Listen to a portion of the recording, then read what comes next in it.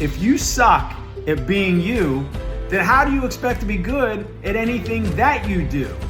In order to bring something of value to somebody else or something else, you have to first bring value to yourself, to build yourself to be a person of value, and multiple things have to happen. That's mentally, physically, spiritually, financially. What kind of person do you want to be in those areas? You want to give advice, then you have to live what you're preaching.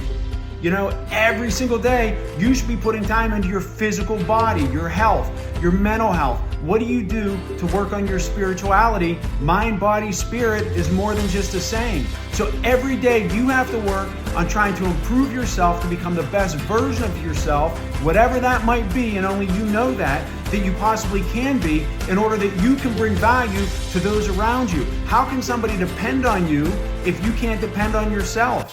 If you can't keep the promises that you made to yourself, your resolutions, your New Year's, your wishes, your whatever it is, if you don't keep that to yourself, if you can't keep the promises you made to yourself, then how do you expect to be able to be the kind of person that can keep promises to someone else? So take a look in the mirror, take a look inside, and I'm not trying to criticize you, I'm trying to motivate you to do more, because you know you could do more, I could do more, we could all do more. The world needs more of what you have to offer and what you have to bring. When I was drinking, when I was at my worst, I was wasting that talent. I wasn't working on myself because I was so caught up in me and what I didn't have and what I wasn't doing. And then it becomes me against the world, and we start to get that victim mentality, and then we just start to survive. We just start to go through life. We start to go through the motions. But it's not until we have those moments. For me, it was that rock bottom moment where I had to make a decision. I didn't want to keep on going, but then I had a moment where I realized I didn't want to live that way anymore, and I started on my journey of personal growth and personal development. And the easiest way for me to do that was to share myself and to put my message out there to the world, because by putting it out there to you, it forces me to hold myself accountable. How can I give you advice to push yourself into physical if I don't do it for myself? One of the reasons I decided to do an Ironman.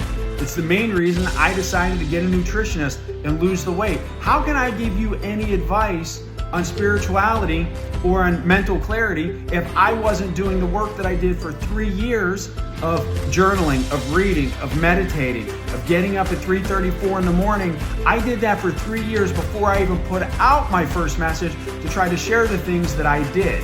Same thing with going to the gym. I lost 50 pounds my first year after I got sober, before I even started talking about it, because I had to show some results. I can't talk about business and promote entrepreneurship if I'm not successful myself. I spent 3 years fixing and rebuilding my business, starting another one, getting involved with other people that were doing better than me on a daily basis to elevate my game so that I would perform better, and then I started talking about it.